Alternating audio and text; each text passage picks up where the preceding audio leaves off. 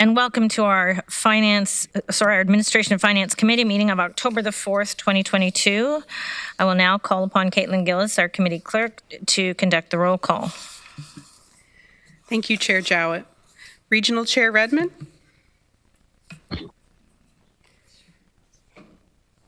Present. Councillor Verbanovic. Councillor Jaworski. Here. Councillor Clark. Present. Councillor Lawrence. Present. Chair Jowett. Present. Councillor Erb. Present. Councillor Nowak. Present. Councillor Kiefer. Councillor McGarry. Present. Councillor Armstrong. Present. Councillor Harris. Present. Councillor Shantz. Present. Councillor Strickland.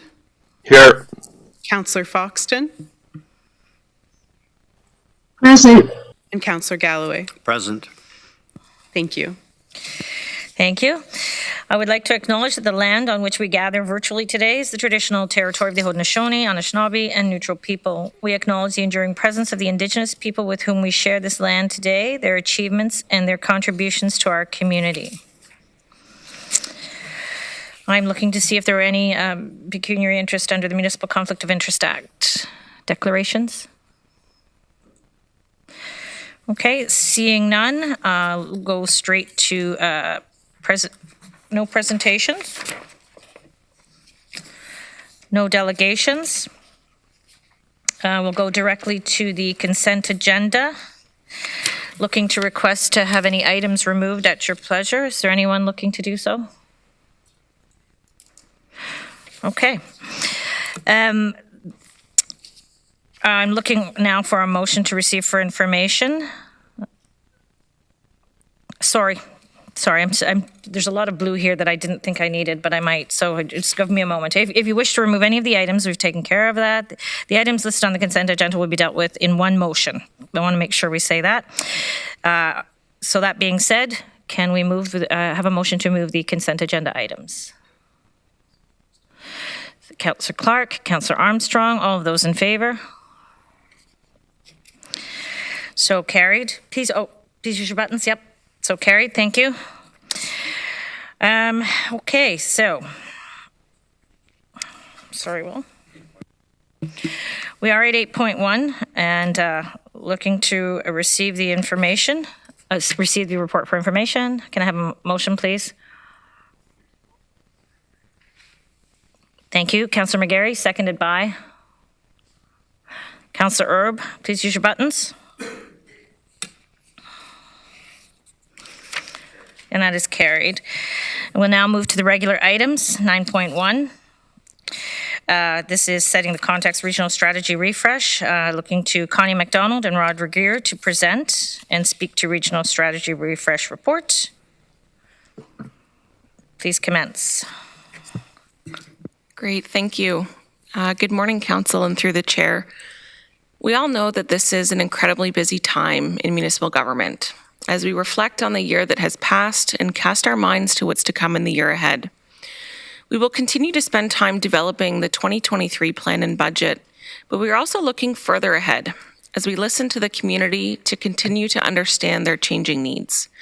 I'm going to spend the next few minutes talking about the challenges that we face and how we'll work together to set our short and longer term vision, goals, and objectives as a region and as a community.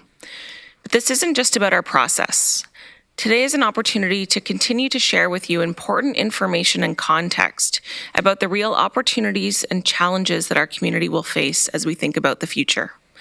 I'm joined today by Rod Regier, our Commissioner for Planning, Development and Legislative Services, who helped to share that part of our presentation. Next slide, please. This year is a particularly critical planning window for us. As you and everyone watching at home know, this is also an incredible time for growth as a region. This brings with it many critical choices to make.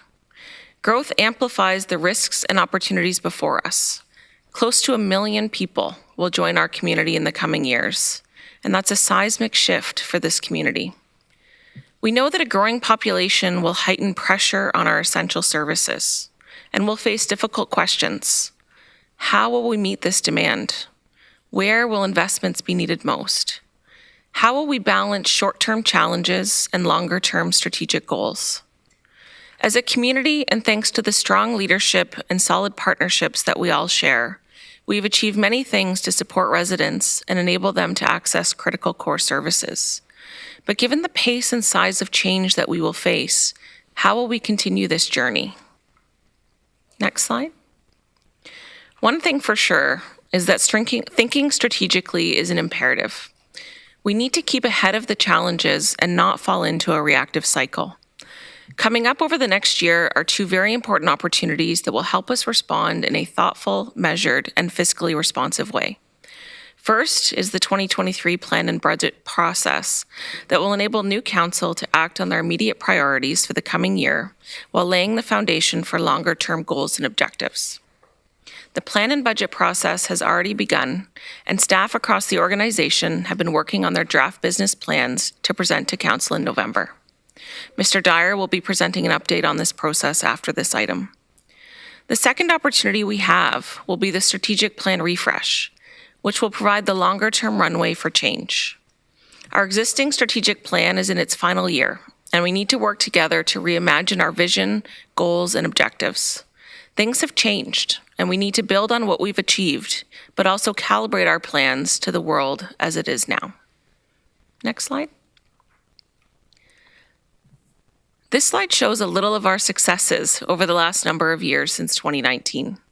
We've made progress on equity, transit, economic development, and climate, amongst many other areas.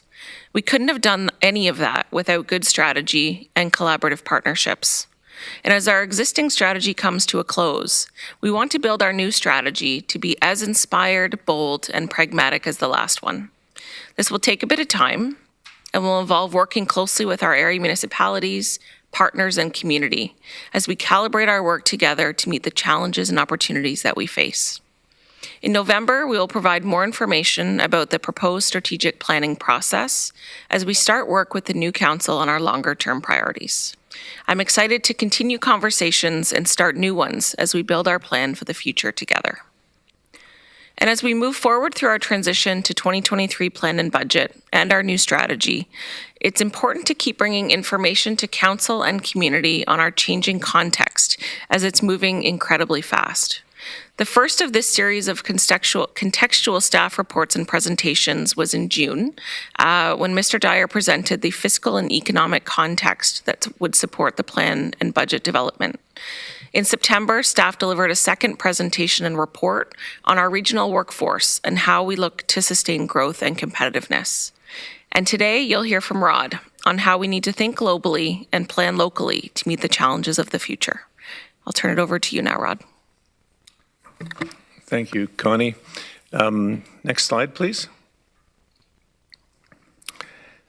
So as Connie mentioned, it's important to keep in mind the global context for the work that we do here at the region of Waterloo. We're part of a global family which includes cities, which includes rural areas, a diverse, almost unbelievably diverse array of national and geographic situations where people are attempting to deal with the large issues that we face as a species here on planet Earth. The work that we do has an immediate effect on the lives and the situation of our economy and the way that we engage with the global community. But it also speaks to our commitment to participate in that larger global community. Next slide, please. So I just want to touch on a few things here which will bring this into focus. The forecast for regional growth and how we're proposing to manage that process, particularly our commitments to deal with greenhouse gas emissions. Some of the profound challenges that we're all facing with regard to income and wealth inequality, both here and around the world, and some of our larger commitments around the Sustainable Development Goals and our responsibilities with regard to Indigenous peoples. Next slide, please. So the simple fact of the matter is that the region of Waterloo is growing. We're expected to grow to almost 1 million population by 2051, under 30 years now. This is a significant transformation. It represents about a 50% growth in the population of the region over the course of the next 30 years. And it's going to challenge us to deliver the housing, the employment, the resources to sustain our quality of life, at the same time as meeting all of our other public policy objectives that we've been discussing over the course of this council term in particular, and more broadly with the community as a whole. I would say, next slide, please. To put this growth into context, our annual rate of growth has been just under 2%, which is one of the highest in the country of in Canada as a whole. It's actually one of the fastest growth rates in North America, with the exception of a number of communities that are in the lower in Mexico in particular. But we're seeing very significant rates of growth that are challenging the level, the way that we deliver services, and particularly the shape of the community that we're seeing emerge over the last decade or so. This growth also represents a significant opportunity because it creates a situation where we can respond to these challenges in a way that's more progressive. We can build urban infrastructure in a way that helps us to reduce our greenhouse gas emissions, increase the economic vitality of the community, and build communities and neighborhoods that are vibrant and sustainable. Next slide, please. The approach that we've taken over the course of the last several terms of council is to commit to dramatic reduction in greenhouse gas emissions. Council's passed resolution requiring or putting in place measures to reduce greenhouse gas emissions by 80% by the year 2050. This aligns roughly with the life of the regional official plan that we've just passed.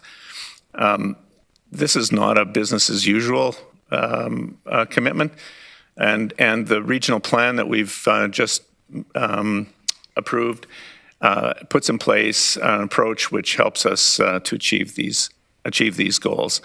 So the growth that we're expecting needs to be done in a way that reduces greenhouse gases in the economy across the urban system, and the way that we do that is going to have a significant effect on our community and the way we live our daily lives, commute to work, the homes that we live in, and so on. So, I think that this is a particularly significant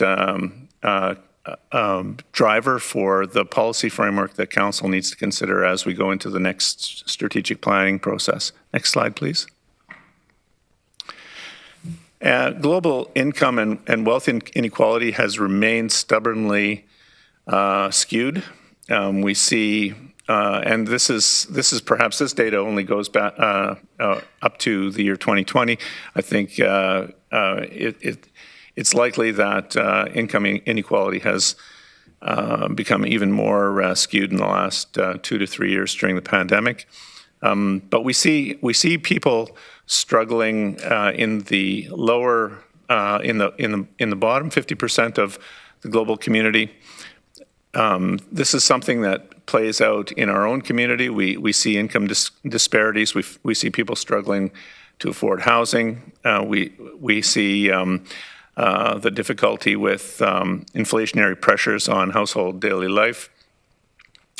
And it's something that we need to consider because the region as an organization and our local government needs to consider the entire community, not simply the wealthiest among us. We need to plan for the housing infrastructure, the mobility infrastructure and the services that all residents of our community need. And this will remain a significant challenge moving forward. Next slide, please. In the international context, the global community has made a commitment to the Sustainable Development Goals.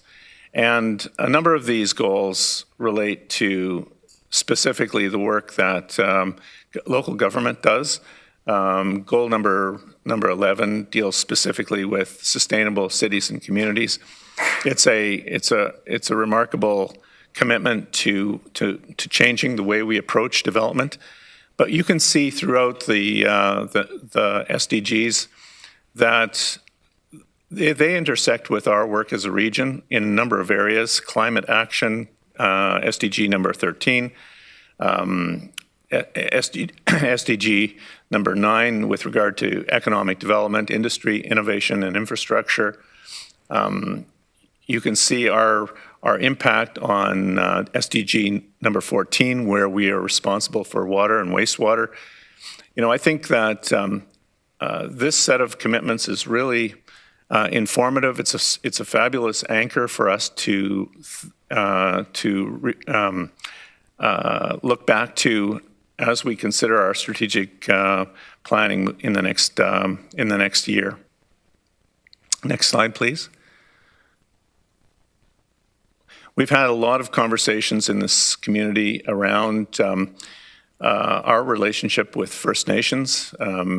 We just went recently through the National Day of Reconciliation, and it's challenging us to think differently about the way that we as local government engage with First Nations. We've made a very serious attempt in the development of the new regional official plan that Council passed in August to have a conversation with First Nations in the Grand River watershed that aligns our interests. We've as a result of those conversations, introduced the territorial acknowledgement to recognize the unique and enduring relationship between local governments and Indigenous peoples.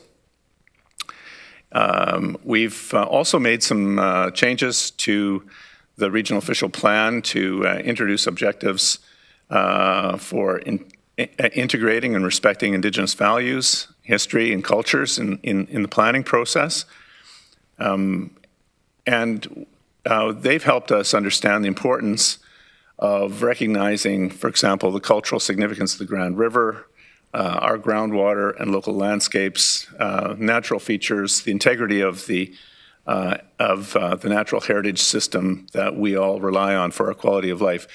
And I think the importance of this work will be reflected in our approach to the concept of stewardship in land management as we move forward as a region. Next slide, please. We've also talked seriously about the need to build a different kind of community, a community where it's much easier to get around to meet the needs of our daily lives. We've talked about 15-minute neighborhoods. We've talked about affordable housing, building diverse infrastructure to support our economy, and the protection of agricultural resources, our natural heritage system, understanding our cultural heritage, and committing to transformational climate action. All of these concepts are reflected in the regional official plan. Next slide, please. In particular, the 15-minute neighborhood was something that the community became very engaged with. This concept is, I was going to say it's a fresh approach to planning neighborhoods, but in fact, this is the way that neighborhoods were always planned historically. It's only in the last 5 or 6 decades that we moved away from building neighborhoods that were easy to walk, roll, or move around with to meet your daily needs. We have some great examples of complete communities in this region, but we also have examples where it's very difficult, neighborhoods where it's very difficult to live your daily life without the use of a car.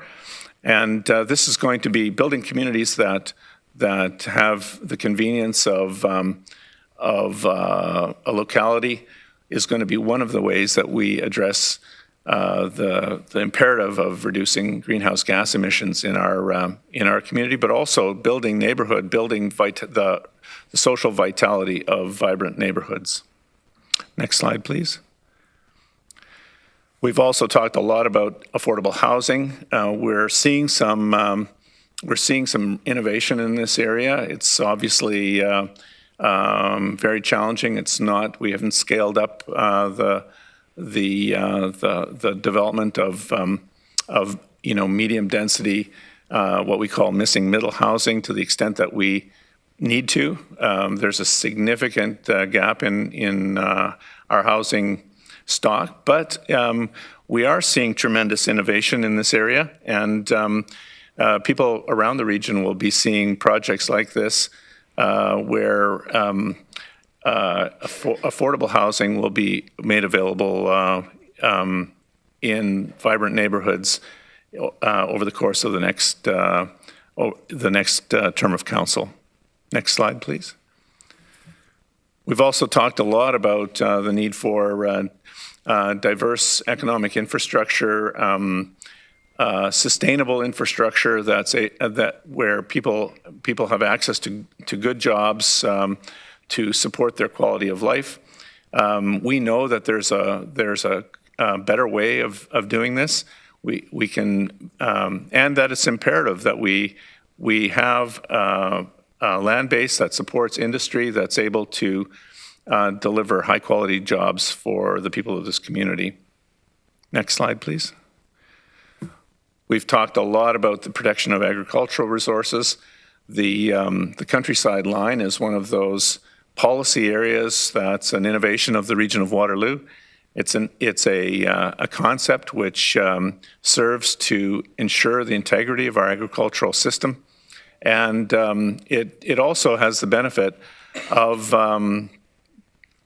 making sure that we're building more compact communities that are also vibrant and transit supportive.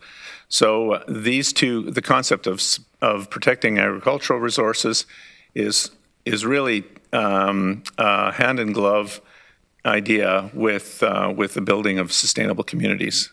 Next slide, please. We've talked a lot about the natural heritage system. The Grand River, and our conversation with First Nations has been front and center. But we're also committed to the protection of wetlands, of other surface waters, of groundwater, of woodlands in the region, and we'll be doing a lot more work on these areas in the next round of regional official plan amendments. Next slide, please. We're starting to build a much more detailed picture of the depth of Indigenous history here in the region of Waterloo. The region has got a number of important archaeological digs underway, and the information that we're gathering here in partnership with our First Nations has been fascinating and is transforming the way we think about the history of our region. We have sites that date back to 9,500 years from present, and we're learning more about all the time about the cultural management of land resources by First Nations in the region of Waterloo. This is going to be a fascinating area of exploration over the next several years. Next slide. We've talked a lot about transformational climate action. The region has made tremendous investments in this area. The development of ION LRT has started the transformation of our transportation system to electrified mass transit. We're building a fabulous network of multi-use trails, which is really mobilizing our active transportation network. We're making investments in our wastewater system to capture methane, which is reducing our greenhouse gas emissions. This is going to be something that we're going to continue to work on, and we'll continue to innovate in important areas to reduce greenhouse gas emissions from our economy. And I'll wrap it up there. Next slide, please. Maybe with the comment that the work on these challenges is just beginning. We've over the last term of council, we've learned a tremendous amount. We've had a lot of invigorating conversations with the community. We're seeing a different kind of regional urban system emerge. You can all see it. The community can see it. The community is changing as we speak, as we respond to some of these fundamental challenges. It's an exciting period. I'm really looking forward to the conversation with council over the next few months as we refresh the strategic agenda for the region of Waterloo. Thank you.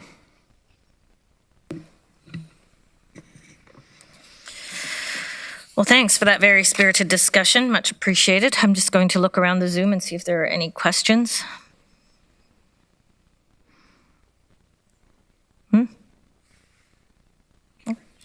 Karen? Sorry.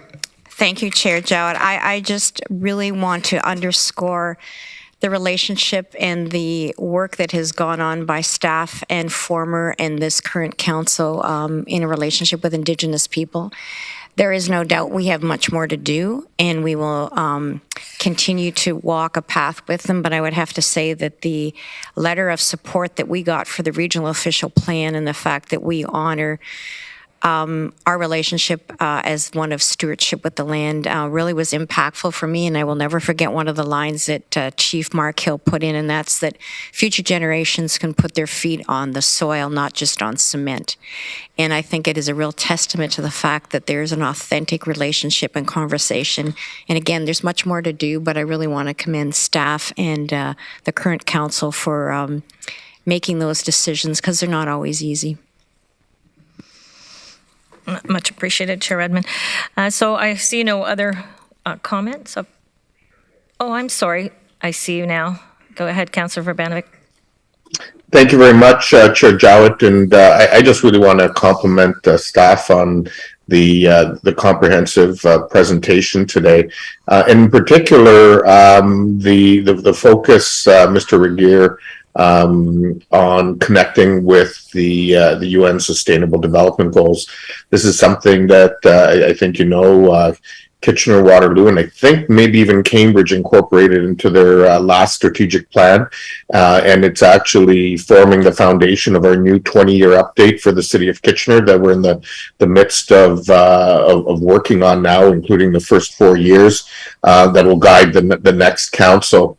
And in particular, as we hit the midway point right now of those goals, and I've been involved with them through my work at United Cities and Local Governments since their inception, and actually getting Goal 11 into those goals, it's really going to be important to highlight the role that cities and communities are going to play in driving that agenda going forward, and seeing the role that communities like ours are going to play in localizing them and actually achieving them.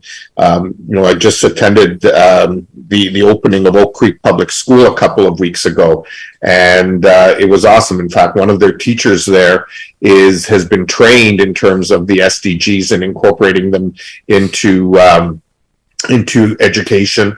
And in fact, at the opening of the school, they had it was an opening ceremonies out in the playground and a ribbon cutting, and they actually had all 17 SDGs posted there for the kids from day one of the new school, and I think that kind of thing is really exciting and really provides a lot of opportunities for us to partner with and collaborate with other community organizations going forward. So well done. Thank you. Councillor McGarry.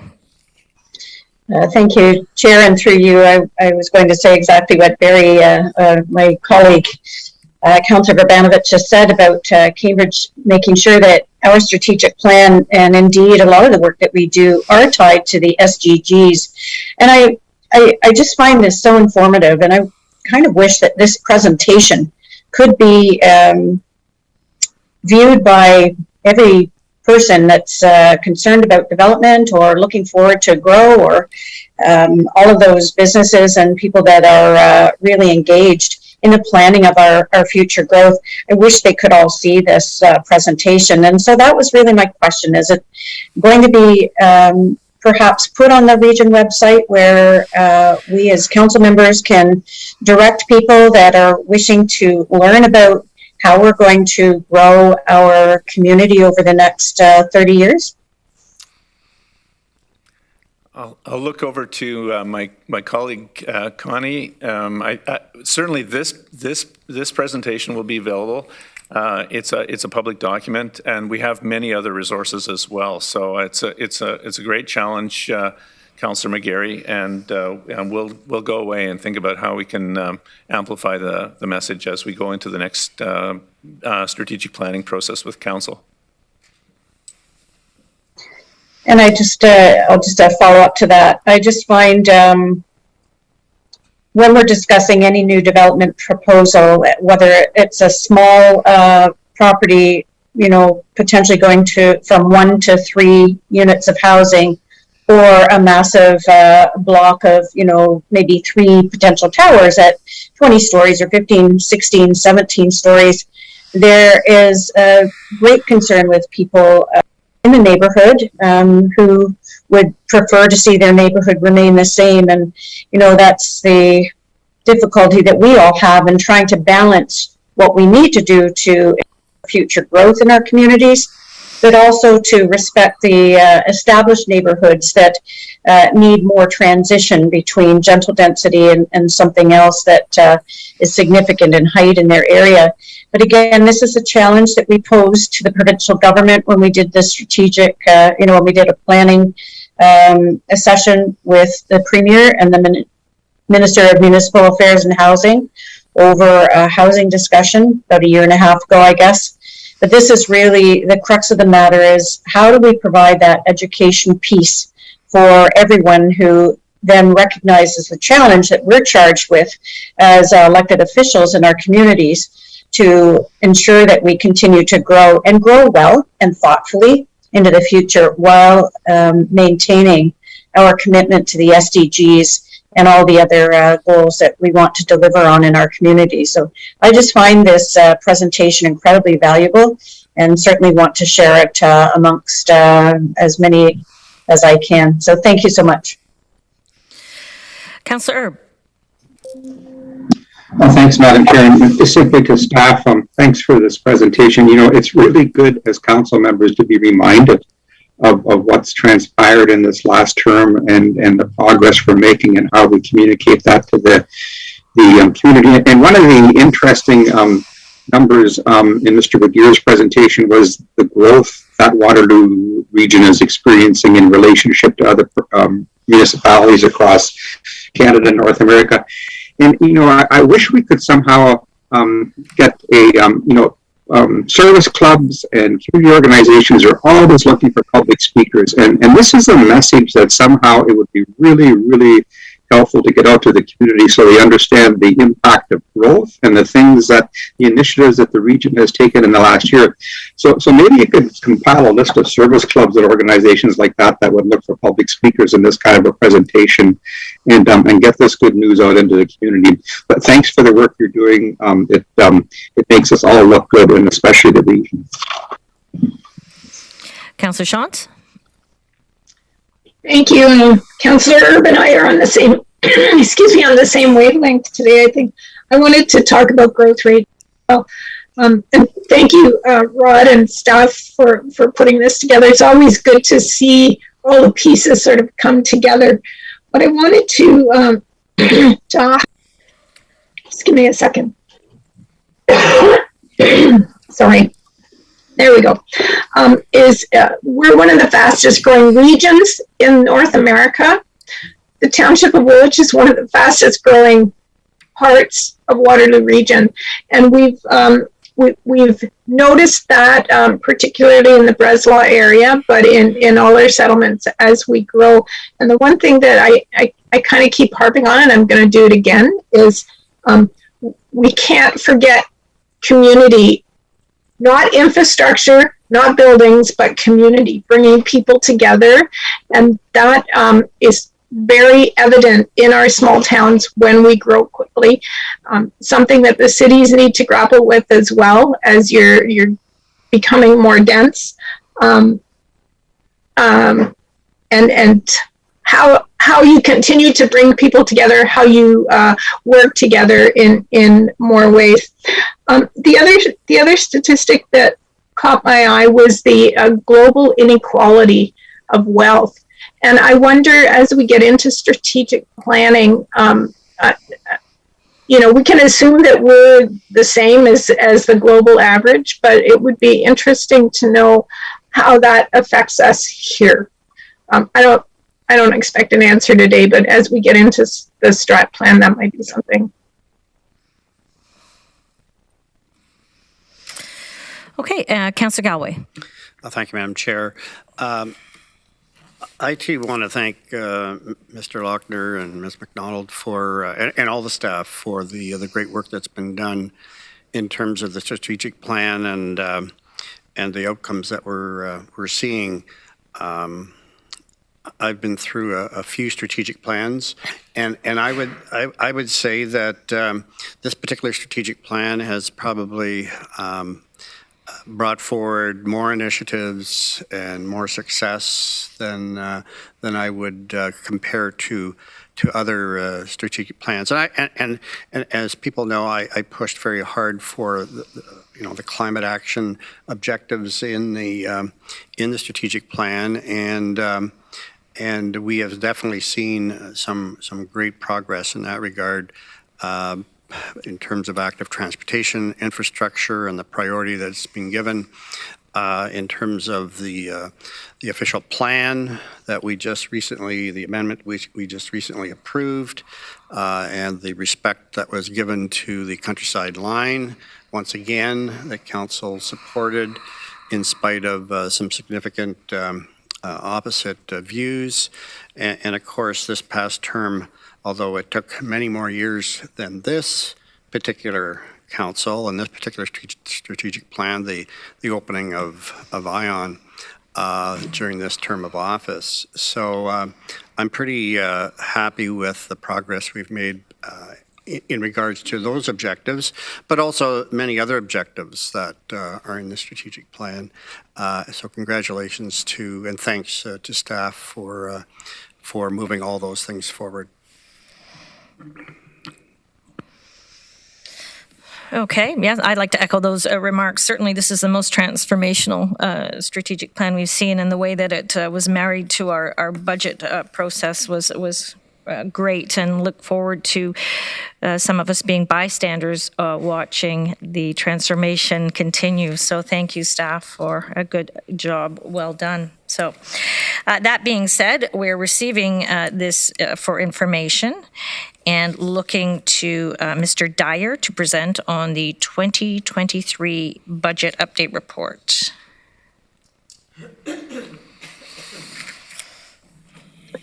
Yes, thank you, Madam Chair. Excuse me, and if you'll bear with me for one moment while I attempt to share my screen.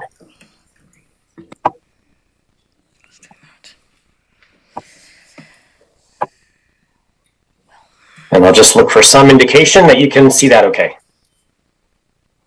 Thank you.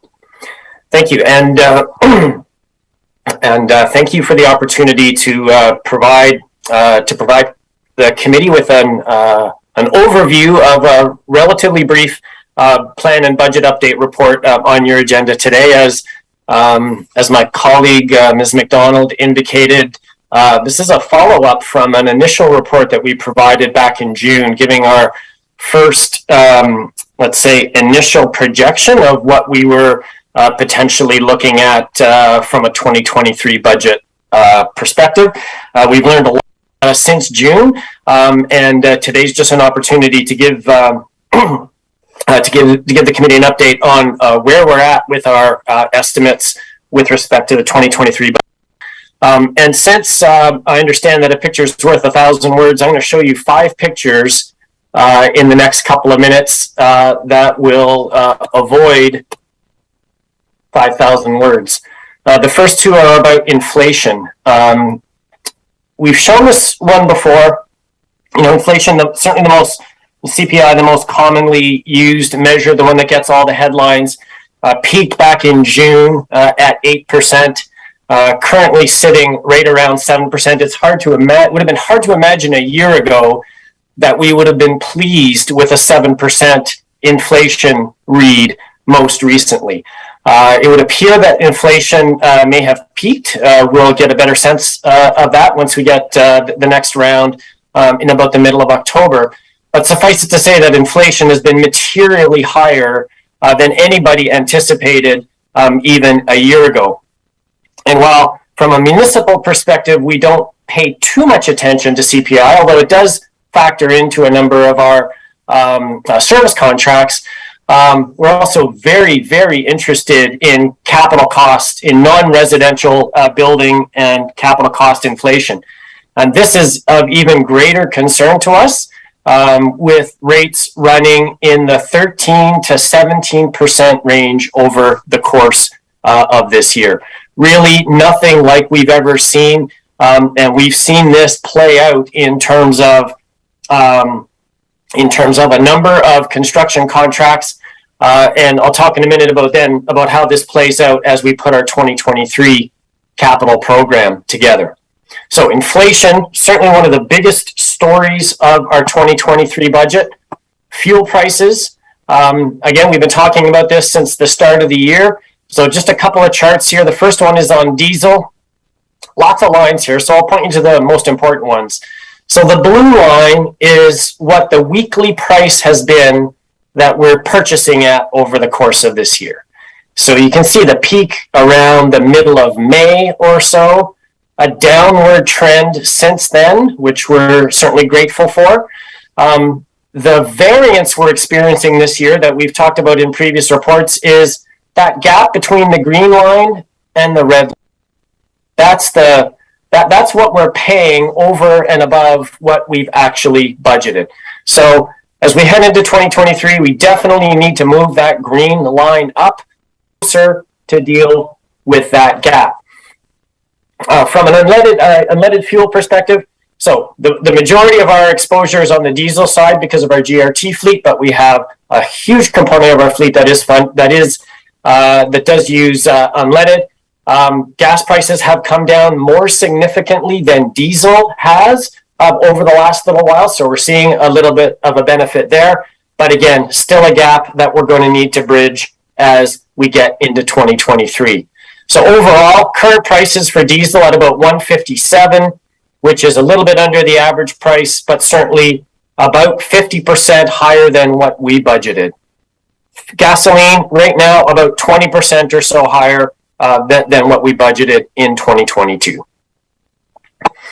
And then the final picture is, this is always a tough one to present, Government of Canada bond yields. And I present this to you, so it's a bit of an awkward chart.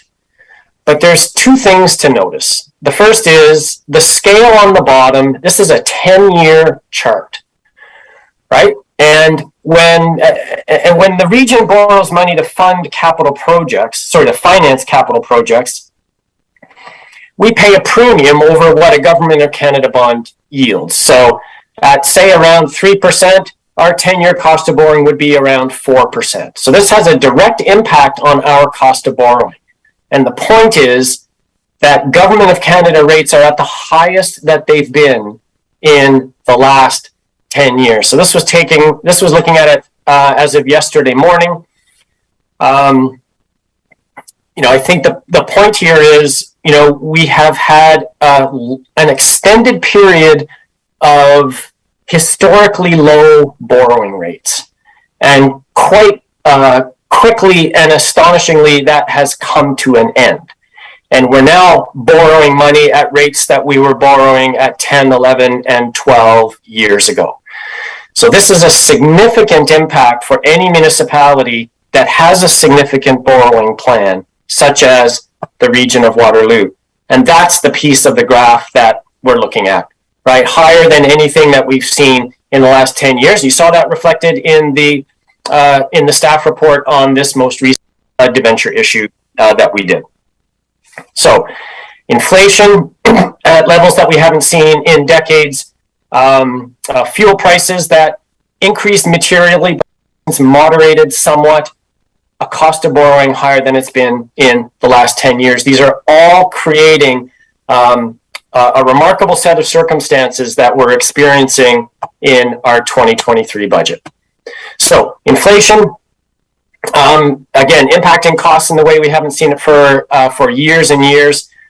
Service contracts, materials and supplies, fuel, collective agreements, our capital program, all being impacted. And just to speak about capital for just a moment, I was speaking about this the other week, and I kind of have three observations with respect to next year's capital program. The first is that the cost of all projects is materially higher next year's capital program than we're seeing in this year's program. So projects are costing more to get done.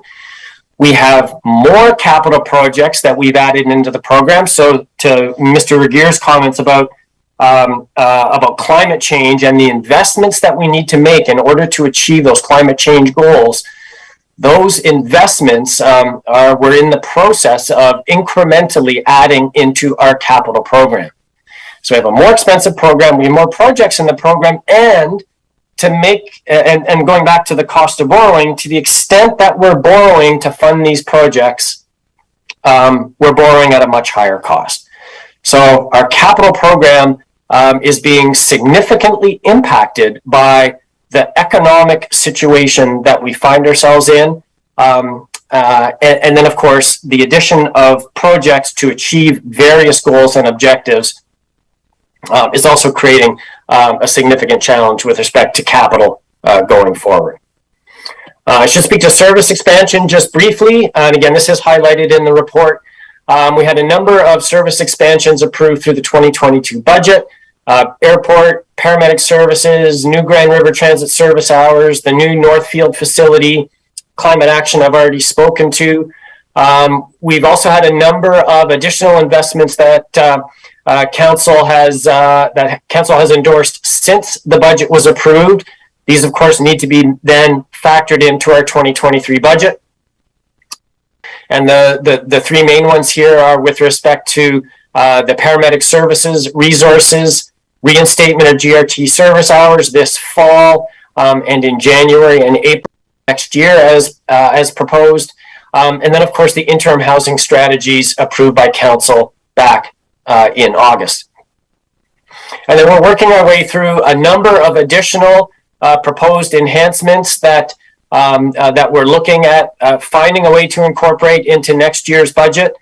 Again, all tied back to strategic plan objectives, to focus areas, to the various business plans that departments are working on in order to achieve the region's overall objectives. So economic conditions being one factor, service expansion being another factor. And then the third factor I'm going to speak of today is with respect to senior government funding, which I've talked about at length before, so I'll be brief here today. The Social Service Relief Fund expires on December 31st of 2022. Still waiting for some indication if there will be any further funding next year. We understand that the province is scheduled to provide a fall economic statement sometime before the 15th of November. We're hopeful that the province's improving fiscal situation will mean some additional social services relief fund. If not, this creates a huge funding gap for us with respect to homelessness programs as we head into 2023. We've either seen or are expecting very modest public health and long-term care funding increases. We're hopeful that paramedic services funding will continue at the rate that it's been provided, and that this will help fund the service expansion that we're proceeding with. And just a comment that both provincial gas tax and the Canada Community Building Fund, the allocations that we receive and that are being in some cases inflated very modestly are clearly not keeping pace with costs. So I think that's something that from an advocacy perspective, something for us to work with the new council, the incoming council on as we get into 2023. And then maybe most significantly right now from a 2023 budget perspective, there is no long-term predictable funding source for incremental homelessness programs. So this is shaping up to be certainly one of the biggest challenges that we're facing in 2023 budget. So all that put together, staff are anticipating right now a tax levy increase in the range of 11 to 15% for regional services. This excludes police. I would say we're at the upper end of that range right now, and knowing that we have lots of work to do in order to find ways to mitigate that increase. The most recent estimate from the police is that they're looking at a tax levy increase in the 8% range, and that doesn't include any expansion resources. And if that's where we ended up, that would result in an overall tax increase in the range of 8 to 11%. So an understatement to say it's a challenging budget. I'm not a huge fan of the term a perfect storm, but it feels a little bit like that when we take into account the economic conditions and the pressure being put on municipal governments to deliver government services. Which leads me to a final slide, which has a couple of what I think are key messages for the group today to consider. The first is, and I've used this language a few times now, this is a very different kind of budget. And what I mean by that is the 2023 budget won't look anything like what this council experienced over the last 4 years. And I would say it looks nothing like I've experienced in the decade that I have been at the region. This will be my 11th regional budget. I'm not sure I've ever seen a budget that quite looks like this. So it is very different, and very different because of, to a great extent, cost escalation and inflationary pressures.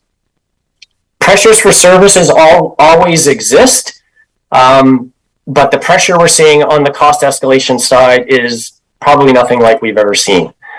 And those economic conditions are just placing massive pressure on that budget. And I would say that the gap between what the public expects of us and the region's capacity to deliver has reached a critical level. Municipalities in Ontario simply don't have the range of revenue tools to meet the range of economic and social matters that people are looking to us to solve. And then to state the obvious, we know we have a lot of work to do in advance of the first budget committee on November 30th. So, Madam Chair, I hope that's a helpful overview of the report. And maybe my final comment is that unlike my colleagues, Ms. McDonald and Mr. Regier, I don't get invited to speak to too many service groups when I have material like this, and I'm sure you can all see why. With that, I'm happy to answer any questions you might have. Why do you think that is, Mr. Dyer? Must be something about the delivery. Well, thank you for that. Much appreciated. Councillor Galway, please proceed.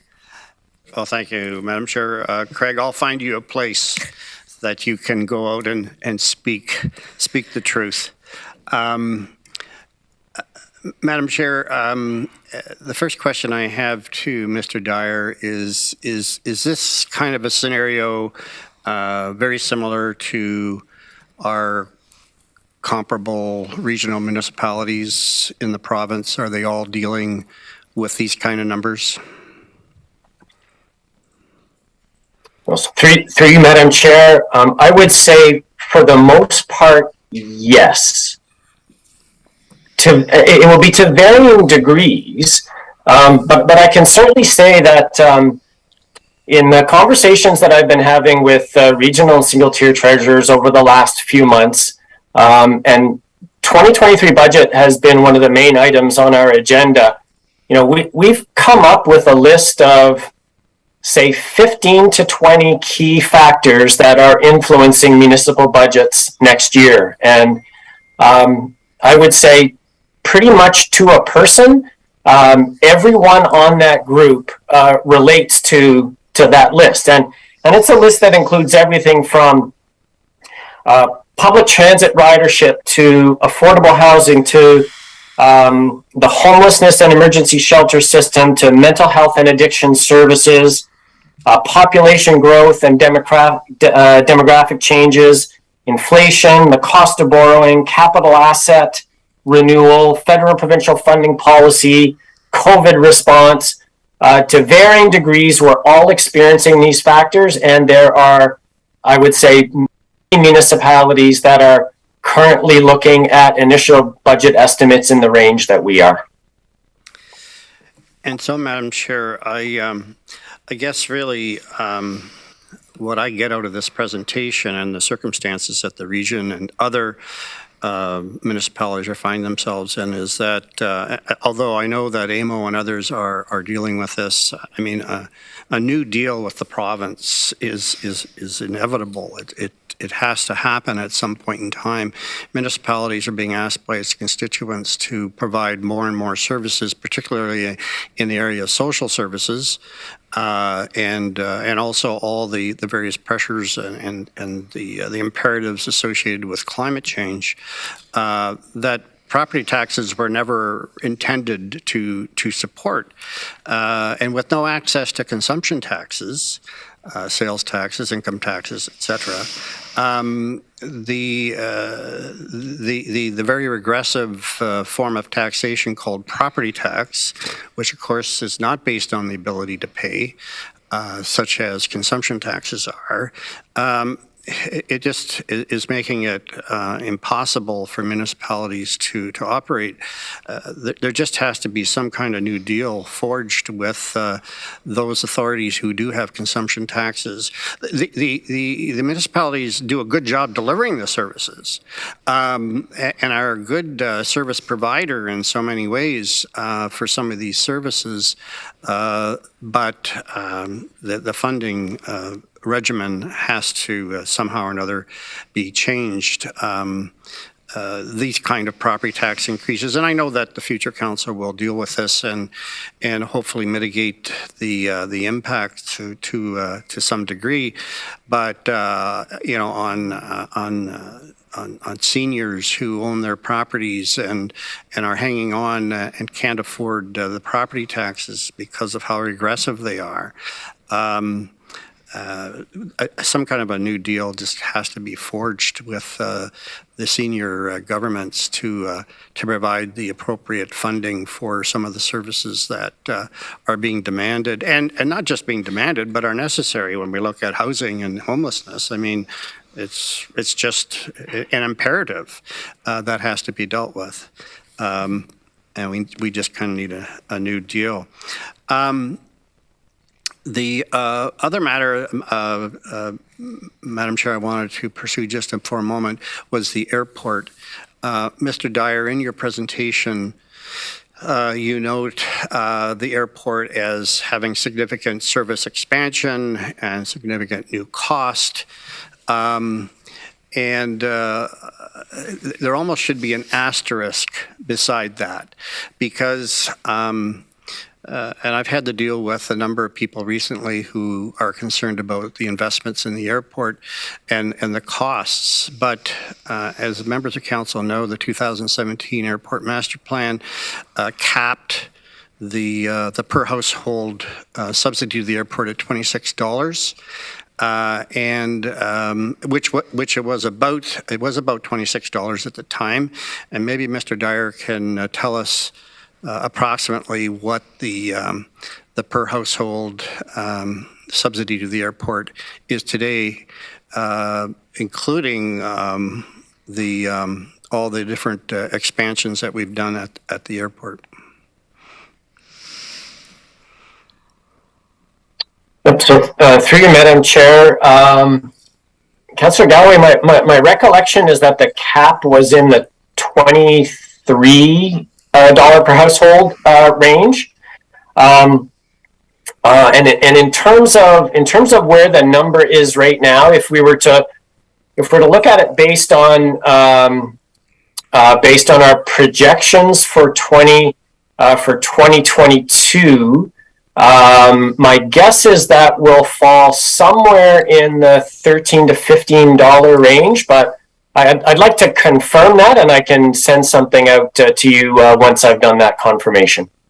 Yeah, that's fine, Craig. The point that I'm trying to make is that we are actually reducing the per household subsidy. The property taxes are supporting the airport. In spite of the fact that we've had tremendous numbers of new staff and capital expansion at the airport, which of course is fueled by all the different fees that we collect, and that's kind of the piece that gets missed. So we're doing all this service expansion, capital expansion at the airport, but it's actually costing the property taxpayer less than it ever has before. And that's just something that I've had to explain to a lot of people every time. So it's almost like in these reports, we should have an asterisk beside the airport because it has its own revenue stream, its own kind of balance sheet to a certain extent. So I just wanted to make that point. Thank you, Madam Chair. Thank you, Councillor Galway. Councillor Urbanovic. Thanks very much, Madam Chair, and thanks, Mr. Dyer, for a very concerning presentation. To be frank with you, certainly I share many of the comments that my colleague Councillor Galloway just made around the fact that municipalities of all sizes need a new deal with provincial and federal governments. As we've heard recently, both of those orders of government have seen increased revenues for a variety of reasons over the last while, and in fact have seen some surpluses. And it is because their revenue sources, their taxation sources, are adjusted based on the many things that are happening in the economy, and the regressive form of property taxation, which is the main source of revenue for municipalities in Ontario and in Canada. Is not a sustainable model in the long run, and quite frankly, the pandemic has further brought that to the forefront, and the social challenges and so on that we're dealing with has brought that to the forefront, and so there's no question that those orders of government are going to need to step up and develop that new relationship going forward, and certainly that's been a topic of much dialogue for some time, both with Ottawa and Queen's Park, and I think our national association FCM and our provincial association AMO is going to have to raise the ante in that front. But having said that, I also need to very clear, I think, early on with staff that if I should have the privilege to be sitting around the horseshoe when that budget meeting happens on November 3rd, we start down this process. I do not in any way envision a budget that I could support that is anywhere near the percentages that you're talking about. And so I think staff needs to start getting their thoughts around that. I believe fundamentally, at least for me, the priority is going to be around human-focused service delivery in terms of the work that we do. And some of the other things may have to take a little bit of a back seat for a period of time in order to ensure that people-focused stuff can move forward. While we get these, we see inflation and some of these costs get under control, so that we can do what's necessary. I mean, let's be absolutely clear. There's nobody out there that's going to get an 8 or 11% salary increase in order to deal with this kind of thing. And so, when it comes to housing and homelessness, when it comes to public transit, some of these key service delivery items would need to be our focus. But there's other areas, including, potentially, looking at how we finance some things and so on for a period of time needs to be part of the focus. So I just want to flag that early on and just again really reemphasize there is not a situation where I could ever support an increase of that magnitude. Thank you. Thank you. Councillor McGarry. Thank you, Madam Chair, and through you to Mr. Dyer. I do concur with my my council colleagues and their comments right now. And certainly I've been communicating this to people that I'm meeting in the community about the fact that Ontario is one of the few provinces in Canada that pays for some of these social services through their property taxes. And we sort of dealt with that when we were at AMO. I know it was discussed at FCM to have a new deal with provinces, but this is the reason why. When we see an explosion of need out there in our homeless population, those that are struggling with mental health, and that's only worsened during the pandemic, they're struggling with the addiction health crisis. These are things that we really cannot resolve adequately in any way, shape, or form through property taxes.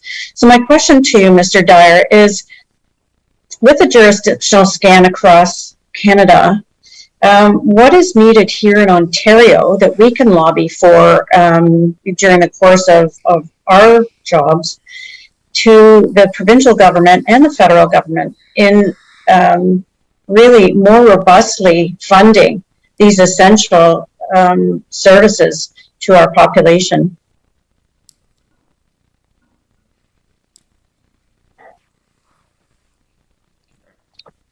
It's a very good question, and you can sense by my hesitation that I'm not quite sure what the answer is.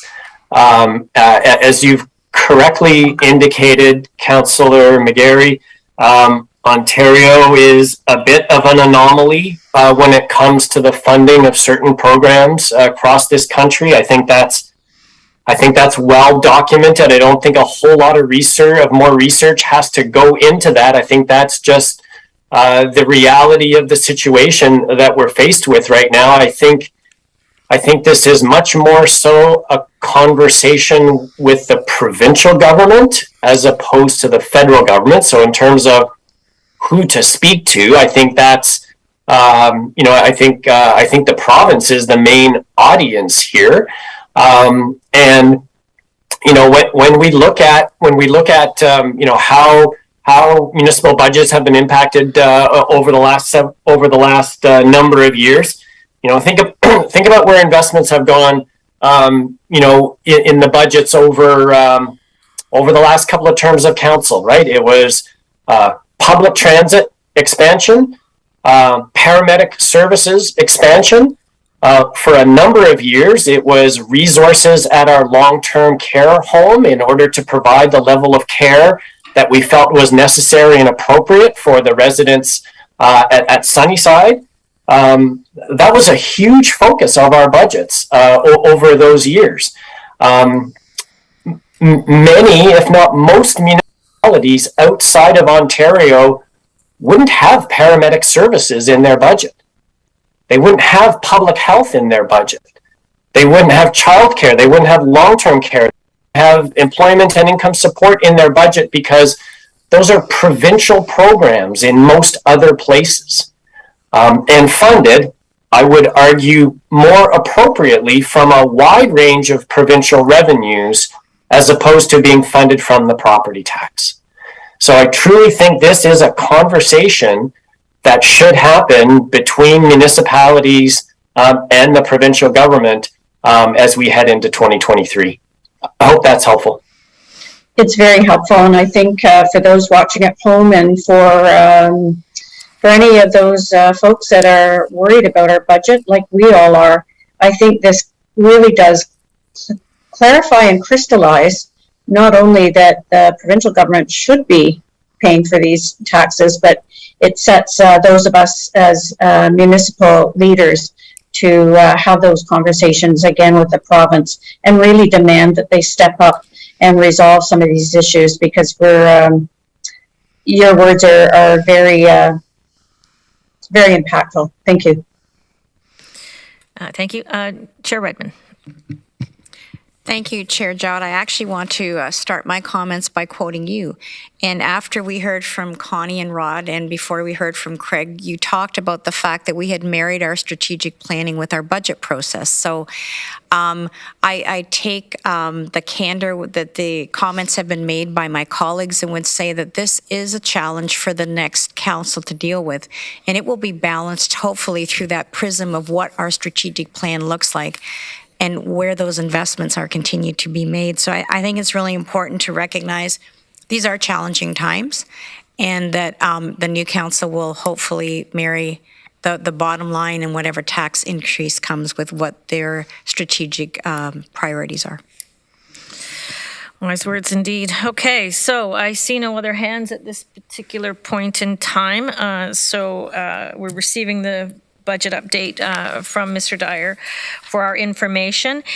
And now going to Will Short for our strategic focus, healthy, safe, and inclusive communities with regard to our proposed procedural bylaw. Thank you, Chair Jowett. We just have a quick presentation here that Julie's going to share on screen for everybody. Thanks. You can go to the first or the next slide there, Julie.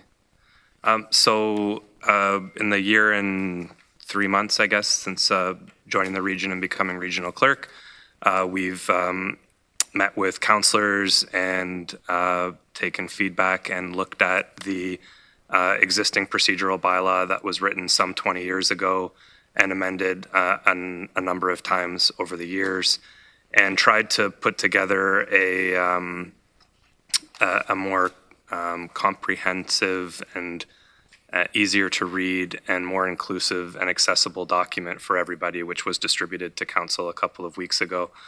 Some of those inclusive and accessible changes that were made were gender neutral pronouns, some more clear language, plain language, removing some duplication in the document.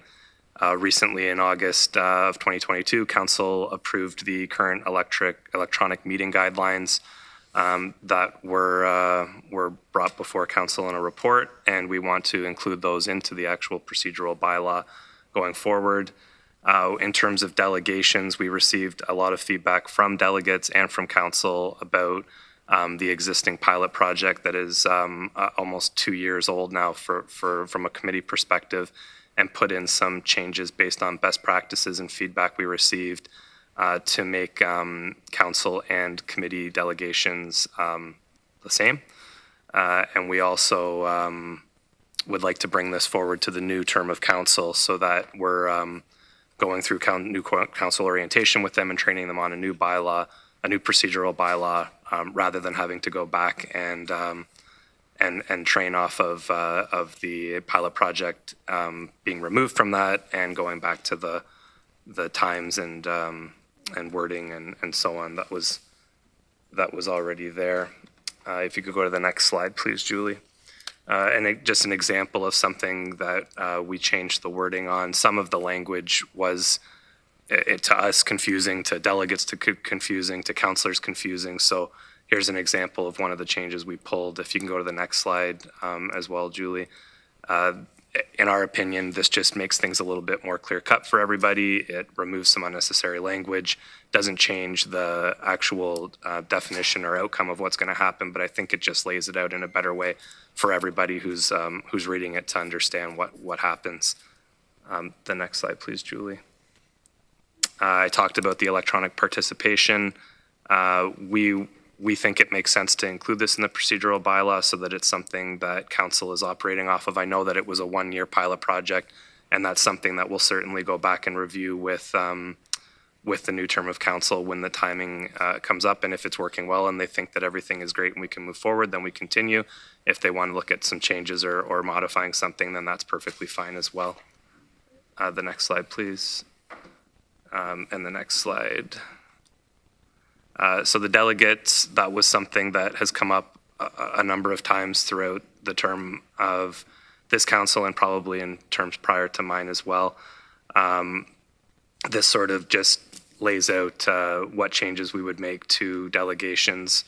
They would, like I said, they would be the same for council and committee, and it changes some of the deadline dates so that I don't know, the way it was written 20 years ago, things have changed over those 20 years. So making these changes, we think, just makes more sense and accommodates a lot of the feedback we received on the way the delegations are handled at committee and council. Next slide, please, Julie. This just goes on to some of the other highlighted areas that we changed based on feedback. Happy to discuss those if anybody has questions. Next slide, please, Julie. Yeah, and this is just some of the examples of the modernization and changes that we've made. Next slide, Julie. Yeah, so we would like to bring this back on November the 8th for council to approve so that when we go into the new term of council starting on November 15th, we can work on off of a new procedural bylaw. We think that this term of council would be able to provide the most concrete feedback based on having hybrid meetings over the last 2 years, which is one of the reasons why we thought that it would make more sense for this council to do the approval of the changes to the procedural bylaw rather than having a new term of council face making some of those changes without actually having experienced it firsthand. Happy to take any questions from council now, Chair. Thank you.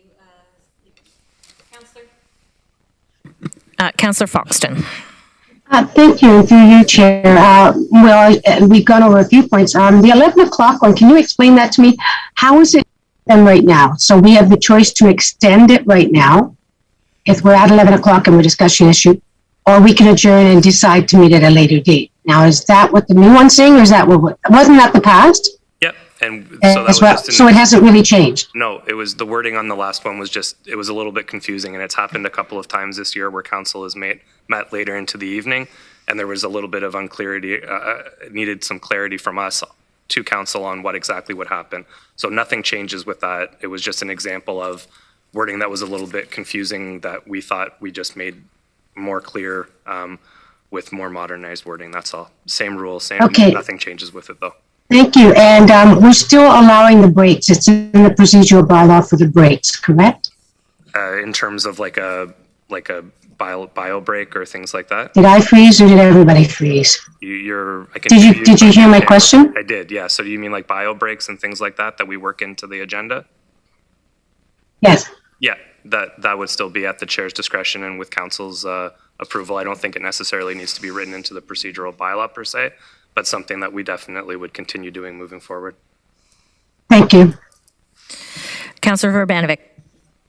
Thanks a lot, and thanks, Mr. Short, for the presentation and what I think is a really overall a good comprehensive update. There are a couple questions that I have. So first of all, just on following up on the 11 p.m. piece, so it basically requires that we end at midnight, but council also does, and correct me if I'm wrong, have the ability to waive the procedural bylaw then and consider going past midnight if that was the decision of council, correct? Yep. Okay. So that's great. On the delegations, I am so there's two pieces. I believe there's the suggestion now that we won't if there's more than several people representing a group, we would not give them 10 minutes but limit them to 5. Did I see that? So I'm wondering the wisdom of that, because I think that has been helpful, because sometimes you get 4 or 5 people from a group and they want to take advantage of having sort of one consistent presentation, and so instead of having 5 people at 5 minutes, you actually had those 5 maxing out at 10. And so I'm really trying to understand that suggested change. Sure. So I think it's twofold. One, we would certainly be open to having council make some changes like that. If council as a group thinks that 10 minutes is better, we wouldn't be opposed to that. I think what we were trying to do here is have the same rules for council and committee apply in terms of groups, individuals, and last minute requests, which would eliminate the group side. I think one of the issues that we noticed and that we had some feedback on is that we would often have a group register, but then only one person speak or only one person show up. And so that you could look at it as a way of skirting the rule, right? In that, yes, we registered as a group, so we get more time, but we actually only have one person or only one person speaking. So we were trying to just make a way to streamline that right across the board for council and committee meetings by putting in that limit at the 5 minutes. But if council determined that they didn't want that 5-minute limit, that's perfectly fine and something that that you could direct us to change if you wanted. Okay, so maybe you could give us some wording for council day on that if we were to do that, and I'll give it some more thought. I mean, I see the arguments that you're making. On the other hand, I sort of think of some groups that no doubt would come forward and say, well, okay, then we'll just get 5 of us register, and what could have maybe been 10 minutes will now become 25. And there's probably no perfect answer here, and we'll just have to sort of land in one spot or the other on this. And then the last one that I wanted to question was just this notion that once somebody delegates, they can't come back for 6 months. That is a new piece, I believe. I've never seen that in other procedural bylaws, and it just I fundamentally always see local government as sort of that bastion of access and local democracy in a way that you don't see, at the provincial or federal governments, other than maybe through the committee process. And even that's, you typically have to be invited or accepted to be a speaker at those. And so I'm just wondering what some of the thinking is around. I think throughout the last year that I've been here anyway, there's been, so first of all, if there's a new report, then obviously the person would be welcome to come back to speak to a variation of the report, or if something else came before council.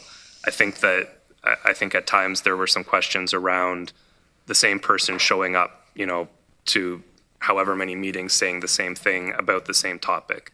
So if council were to approve restricting a person coming back on multiple recurring meetings on the same topic saying the same thing, this was the suggestion we gave in terms of how you could do that.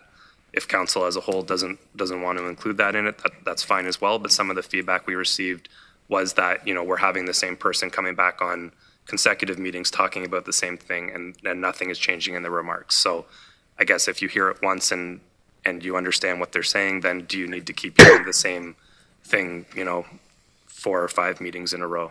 I think that was the thought process behind it. I guess just building on your point, that if we have that in place, that becomes sort of the standard. Council could always consider, based on circumstances, hearing for the person again if they feel that it's necessary or appropriate, correct? Yep. And I think also there are a couple of jurisdictions. I think Halton and Milton both have that in place as well.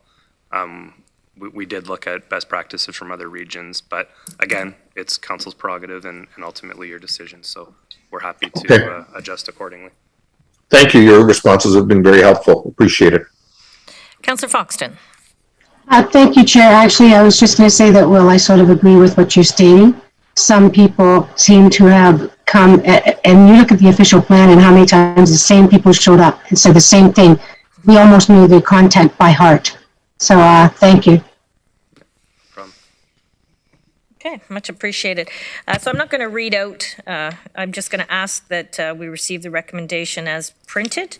I'm looking for someone to make that motion, please. Councillor Foxton, seconded by Councillor Nowak. All of those in favor, please use your buttons.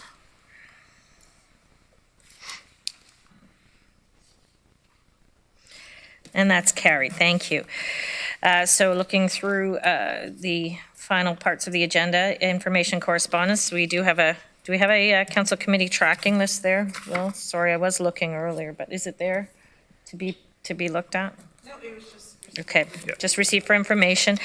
And I don't see any other business. I see that our next meeting will be November 8th of this year, and I look for a motion to adjourn this meeting, please. Councillor Harris and Councillor Verbanovich, all those in favor, please use your buttons.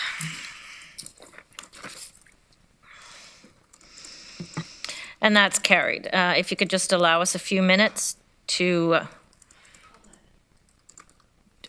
Councillor Clark, do you want to say something?